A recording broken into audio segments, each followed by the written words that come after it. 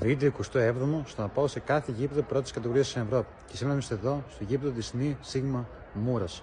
Πάμε να σας το δείξω λίγο. Η Νη Σίγμα Μούρα ιδρύθηκε 1924 ως Σίγμα Κάπα Μούρα. Λόγο αποτελείται από 3 μαύρες γραμμές, 4 άσπρες και αριστερά μια μπάλα. Τέρμα παν έχουν το όνομα της ομάδας. Από το 1991 που ιδρύθηκε η πρώτη κατηγορία Σλοβενίας, η ομάδα ήταν 14 στην 7 έτη στην πρώτη κατηγορία. Το 2005 η ομάδα πτώχευσε και υποβιβάστηκε. Το όνομά της άλλαξε σε Νη Δέλτα Μούρα.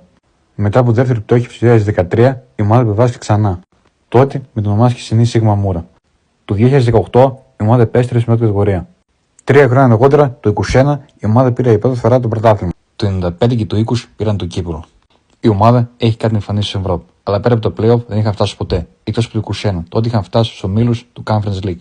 Η ομάδα, μετά την Νίκα Μάριμπορ και ο Λίβε Λιουμπλιάνας, η τρίτη μεγαλύτερη ομάδα στη χώρα. Το φαζανερέ γήπεδο της ομάδας μπορεί να φιλοξενήσει 5.000 θεατές.